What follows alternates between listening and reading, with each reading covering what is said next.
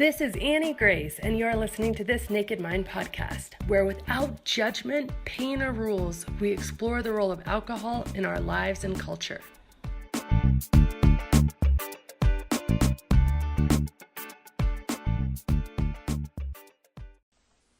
Hi friends, it's Annie Grace with This Naked Mind, and I am answering questions. If you have questions for me, please post them below. I will answer them. Today's question is from Maggie. And Maggie says, "Hi Annie, I just finished your book and found it so helpful. I'm on day 5 of my freedom from alcohol. Congratulations, Maggie. And was so trying to arm myself with as much ammo and information as possible. Anyway, I'd love you to address the issue of living with a spouse who uses alcohol and has no intention of stopping. He has a couple of drinks every day and usually right in front of me. What's the best way to handle this? Thank you in advance." So Maggie, first, my own experience isn't exactly like this because my husband, when I first started writing this book and when I first started drinking, he goes, "Just so you know, I'm not going to stop drinking. I have no intention of doing that." And then right before I published the book, I said, "Hey, you better read this because there's a lot of personal stuff in here and you need to read it." So he read it in 2 days. And although he is not the type of person that's going to kind of put a flag in the ground and say, "I am a non-drinker, I don't drink," or "I only drink on a very rare occasion." I think he's had, maybe 2 beers in the last 6 months. So for him, reading the book and reading about alcohol and what it really does to your body and having his unconscious mind kind of cleaned, if you will, from the liminal thinking, he just kind of naturally stopped. So I got really lucky in that regard, and I'm thankful. But I do think you have to do it for you, not for anybody else, and that is the crux of the issue. So fabulously, we have an amazing community, and if you haven't joined, join us at thisnakedmindcommunity.com. Totally free, always will be. It's growing every day, and it's people who are on this journey together and support each other.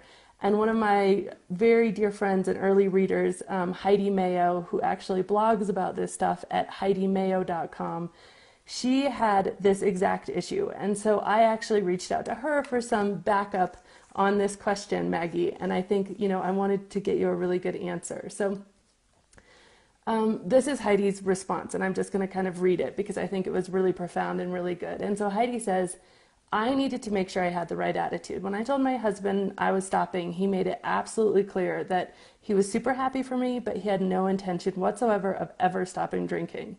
And I had to understand that. He's much better at controlling his drinking than I ever was, and if he chooses to drink, I have to realize that that's his business. But especially during those first few weeks when I was starving the beast, and Maggie, on day 5, the alcohol monster, you're still having physical symptoms, you're still having withdrawals, so you're literally starving the beast, as Heidi says.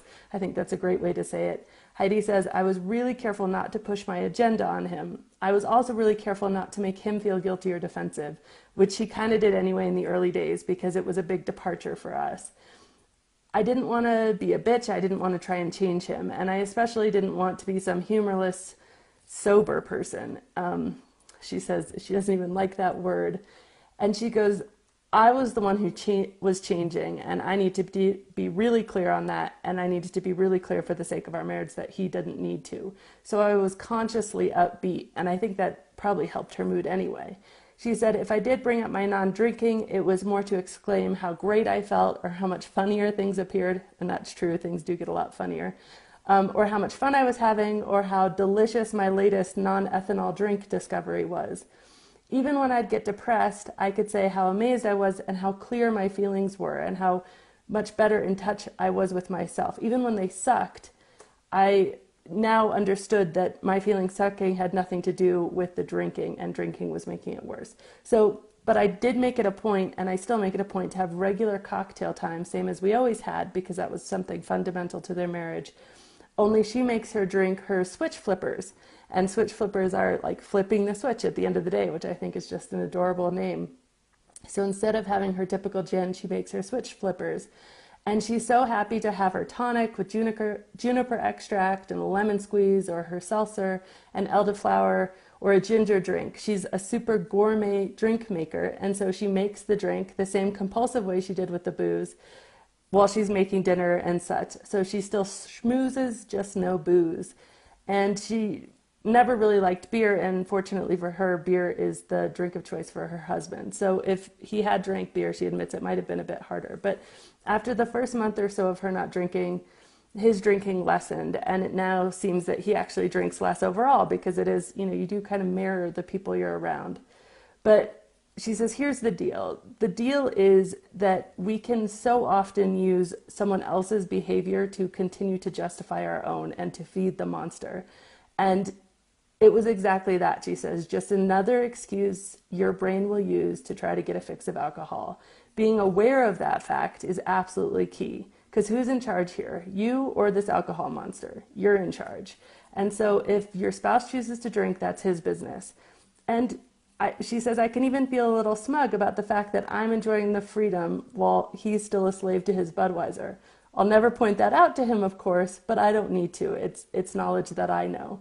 So I think that's really true. If you're absolute in your resolve, you recognize that little voice for what it is, just the alcohol monster, and you're doing it for yourself, and you're making a very conscious effort to see everything you're gaining, not everything you're missing out, then other people's drinking hopefully won't bother you. And I think Heidi's answer is really profound, and I didn't want to answer it for myself because I'm not actually living through this at this point in time. So thank you, Heidi, for doing that. Thank you so much, Maggie, for the question. And please do leave your questions below. I will happily answer them. Tomorrow I have been asked a question about, do you still dream about drinking at times? And so I'll be answering that tomorrow. Thanks. This has been Annie Grace with This Naked Mind podcast. Thank you so much for listening. You can learn more at thisnakedmind.com.